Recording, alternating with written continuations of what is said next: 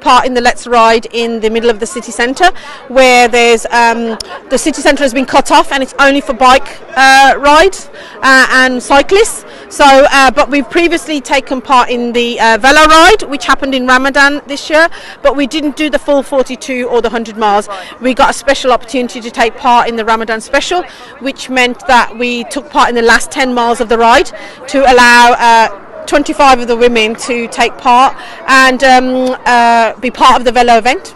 I think it's absolutely brilliant. You know, we've got people from all different backgrounds and demographics coming together for the HSBC UK Let's Ride event, and it's just been a brilliant day, and seeing lots of people getting on their bikes and, you know, riding around for a free, fun family activity.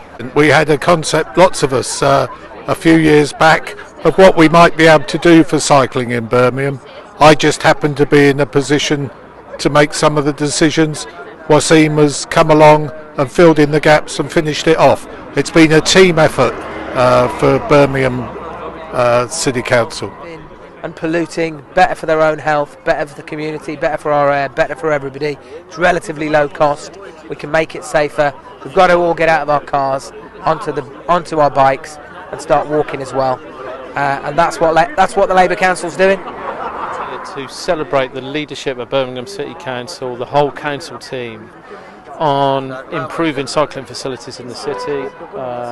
They're doing it because it helps sort out air pollution. The idea that we can get more people out of their cars. It is absolutely brilliant. We've closed up some of the busiest areas of the city centre of our city to let our children, to let our cyclists and let people from our communities go out there and cycle in a safe way. We've also announced today on the 22nd of September is International Car Free Day, and along the Aston Expressway on the A38 we're going to close up a mile of the busiest lane there to get people cycling, get people walking, to get people playing football and cricket. We need our communities to recapture the highway. For far too long in our city we've allowed cars to dominate our roads. That has to change. Birmingham has a real challenge. We've got too many people who travel by car.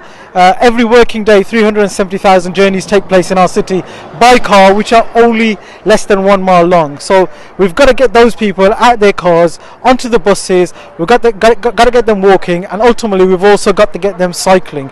And that's why we've created this very safe segregated cycle lane, which we've officially opened today along the A34, along the A38, and the plans are to expand this further. But we've also done a lot of work on the canals network in our city to ensure that people can cycle safely along the canals network too. So we want to deliver the cleanest and greenest Commonwealth Games, and as part of that we need to get people travelling in sustainable forms of transport. We need to get people away from just car. We need to get people cycling, we need to get people walking, and we need to get people using the public transport, and that is ultimately what we want to do during the Commonwealth Games, and that is why we're making massive amounts of transport infrastructure improvements in line for the Commonwealth Games.